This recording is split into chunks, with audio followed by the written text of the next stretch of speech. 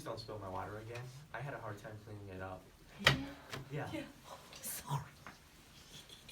Yeah. So today I'll be talking about Marvel Studios. Marvel Studios is the company that brought Iron Man, Captain America, and all your other famous superheroes to life as we know today. It recently had its 10-year anniversary as it released Iron Man in 2008, and it's 2018, so there's the 10-year anniversary. So Marvel is the only franchise that lets you boast about its roster and collection of superheroes without you looking like a complete dork in front of people. I'm not a complete dork. Please don't think that of me. So, according to Wikipedia, the Marvel Cinematic Universe is an American media franchise and shared universe that is centered on a series of superhero films independently produced by Marvel Studios and based on character that appears in American comic books published by Marvel Comics, also written by Stan Lee. So, these movies are based off of a person named Stan Lee, who was a comic book writer that made all these characters a long time ago and put them into comics. This studios is now bringing all these characters to life in movies as we know them today, and Captain America Civil War, whoever said that. Yeah, the franchise also has expanded into many television series, Agents of S.H.I.E.L.D. and Daredevil and all those other films you saw. Although they're not as successful as the movie franchises, they still do boast a certain amount of genuine of realization and realism and the concept of escapism. So for those of you who don't know what escapism is, I'm pretty sure I'm using the right term, but escapism is the concept in which you escape the real world and go into a fictional world, and you just forget all of your worries just for a while. Marvel Studios does a great job of bringing that into us. So if you ever do need a sense of escapism, just watch one of their movies. I'll guarantee you'll love them. Me and my mom just watched Thor yesterday, and yeah, she thought it was a pretty great movie. So what makes Marvel Studios unique is that it is directed by different people, yet it still has the same continuity.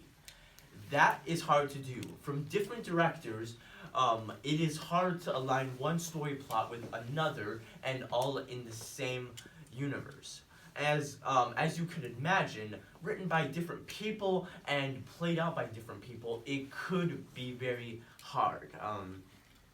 So, of course, as you know, Marvel began its prestigious films in 2008 with Iron Man, and that brought in a good $300 million.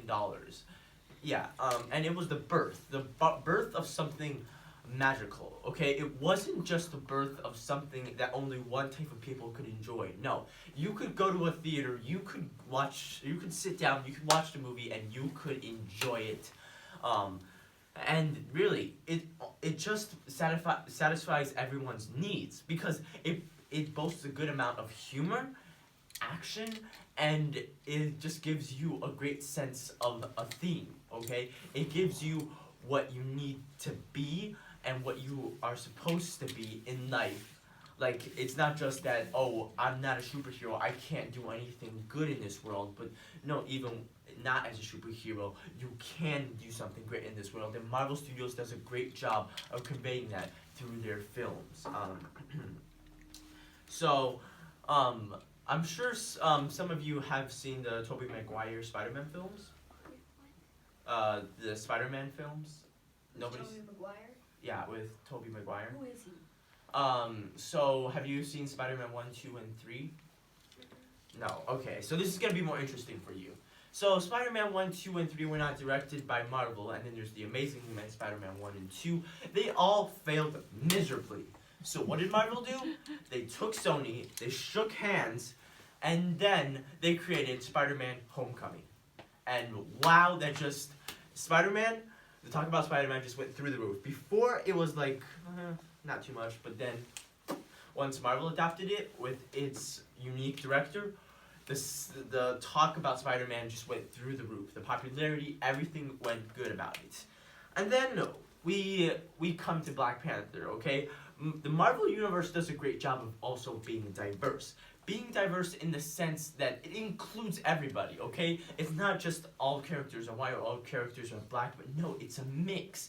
And once Black Panther hit the theaters, it really did convey that sense of, hey, we need to stop racism and we have to give everybody of different race a chance.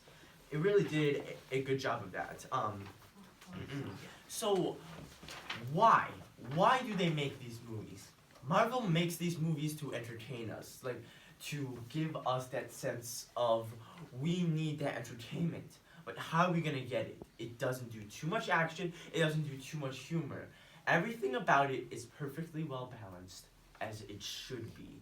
And what I just said, if you ever watch the latest Marvel movie, you will see that I just quoted somebody from that movie. No spoilers. So, speaking of their latest movie, Avengers Infinity War had something great about it. We all know that overpopulation is a problem, but can we solve it? No. And that movie does a great job of taking sides. Like, what should we do? Do we eliminate? Do we execute? What are we supposed to do about overpopulation? That little message in it could turn the theater into a big thing. It boasted over $2 billion. That's right, you heard me. $2 billion, and it really just brought everybody to heart. The message, the moral of the story, and how the humor was used, and as always, like how the action was not too much, so that it's just a fighting film, but no, overpopulation and everything, it really talked deeply about that, and that's what makes this film unique, and was a brief history of Marvel Studios. Thank you.